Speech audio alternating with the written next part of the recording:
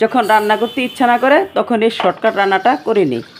1 cup মুসুরি ডাল ভালো করে জল দিয়ে ধুয়ে একটি টিফিন বাটিতে দিয়ে দিব। হাফ কাপ জল দিয়ে বাটির ঢাকনাটা লাগিয়ে নিব। প্রেসার কুকারে কিছুটা জল দিয়ে টিফিন বাটিটা কুকারের ভিতরে বসিয়ে ঢাকনা লাগিয়ে 2টা সিটি দিয়ে নামিয়ে নিব। এদিকে চুলায় কড়াই বসিয়ে দিয়ে দিব সরিষার তেল, 4টা শুকনো মরিচ নেড়েচেড়ে ভেজে নিব। 4-5 কোয়া রসুন ভেজে তুলে নিব। এই তেলে হাফ চামচ কালো জিরা ও 2টা পেঁয়াজ কুচি করে দিয়ে দিব। কুচি করে দিয়ে নেড়েচেড়ে লালচে করে ভেজে তুলে নিব। এদিকে ডালটা সিদ্ধ করে নিয়েছি। 1 চামচ লবণ ভাজা মরিচের উপর দিয়ে মরিচ রসুন চটকে মেখে নিব। দিয়ে দিব কিছুটা সরিষার তেল, পেঁয়াজ রসুন মরিচ একসাথে মেখে নিব। একটা সিদ্ধ করা ডিম গ্রেট করে নিব। দিয়ে দিব কাঁচা মরিচ কুচি, দিয়ে দিব সিদ্ধ করা মুসুরি ডাল, দিয়ে দিব কাঁচা পেঁয়াজ কুচি মিশিয়ে নিব।